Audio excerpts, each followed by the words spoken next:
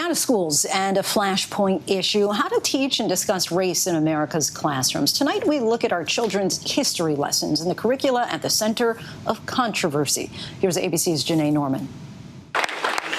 Laughing. That's funny. Tonight's Rochester School Board meeting turned into a confrontation about teaching race theory. Dozens of parents believe DEI programming is critical race theory. Critical race theory, 3 words, 1 idea, igniting a firestorm.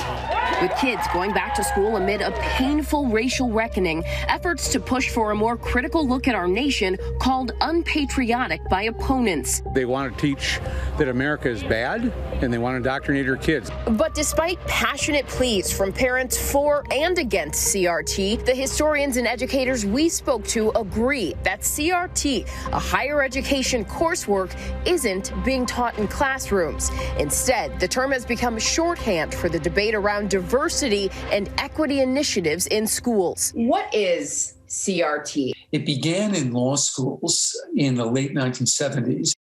And it was started mostly by African-American law professors. They reanalyzed law in other institutions and tried to argue that racism and racist history was baked into those institutions. I mean, that's not what kids are learning in elementary or middle school. No, as far as I know, there's no 4th grade teacher that's ever gotten up one morning and said, like, good morning, children. Today we're going to study critical race theory.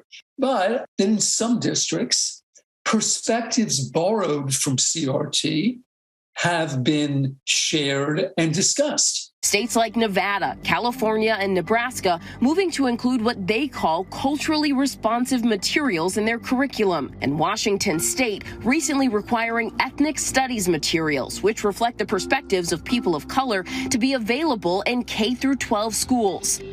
It's in Seattle. We meet with self-proclaimed anti-racist high school educator Jesse Hagopian as he prepares to teach a citywide Black Studies course he helped launch last year. Jesse says anti-racist teaching shouldn't be controversial.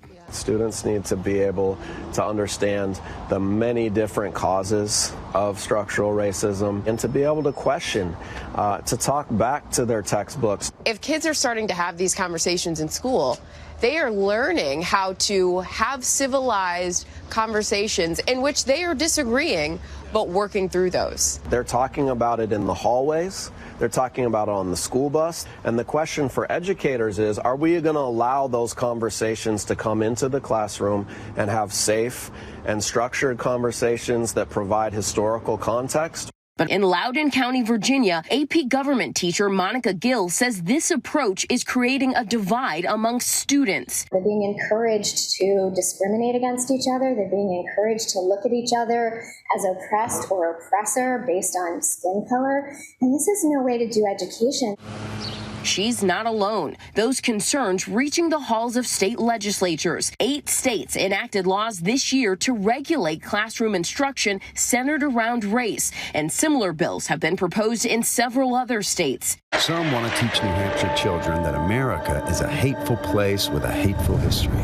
In New Hampshire, ads like these opposing critical race theory. Paid for by 1776 Action. 1776 Action, an activist group inspired by former President Trump's 1776 Commission, created in part in response to the New York Times 1619 Project. Nobody has an issue, anyone that I know of, in this movement of, not teaching bad parts of history, not teaching about race and racism. It's this divisiveness of pitting kids against one another based upon things like skin color and gender. Some opponents also citing concerns about what they consider a rewriting of history, like the Texas Revolution. And you will always remember the Alamo. The story of the Alamo, celebrated in the iconic 1960 film. But a new book called Forget the Alamo collects years of historic scholarship that it was a battle not just for freedom, but for the preservation of slavery. And so the defenders of the Alamo have become, these martyrs for a cause, are really looking at it from actual historical fact, not heroes. Professor Christopher Carmona teaches high school students in a predominantly Hispanic border town in Texas. He says the Alamo legends are a reason he fought to get Mexican-American studies into classrooms. When someone sees themselves not reflecting or only reflecting in negative capacity, they start to internalize that. School curriculums are now at the center of an age-old debate recently reignited. How should students learn American history? The history classroom has to be in conversation with what's going on in society for it to be relevant. Sam Weinberg is the head of Stanford University's History Education Group and founded the Reading Like a Historian Project, the largest provider of free social studies resources.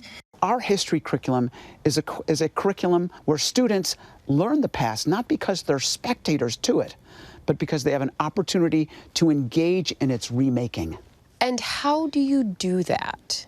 Students have to put the evidence together for themselves and come up with an interpretation that makes sense to them rather than repeating somebody else's story. The experts and teachers we spoke with agreed that history teachers have a unique responsibility to help the next generation learn from the past to forge a better future. What would people say about the German school system saying because teaching about the Holocaust makes young people feel uncomfortable, German schools are no longer going to teach the Holocaust? Kids at a very young age are aware of race, and they want to talk about race. It's the adults that feel uncomfortable and don't know how to talk about it. This is an emotional subject, but at the same time, I don't think you can or should use that fact to prevent the dialogue that we need. Janae Norman, ABC News, Seattle. Certainly a provocative conversation. Our thanks to Janae Norman for that.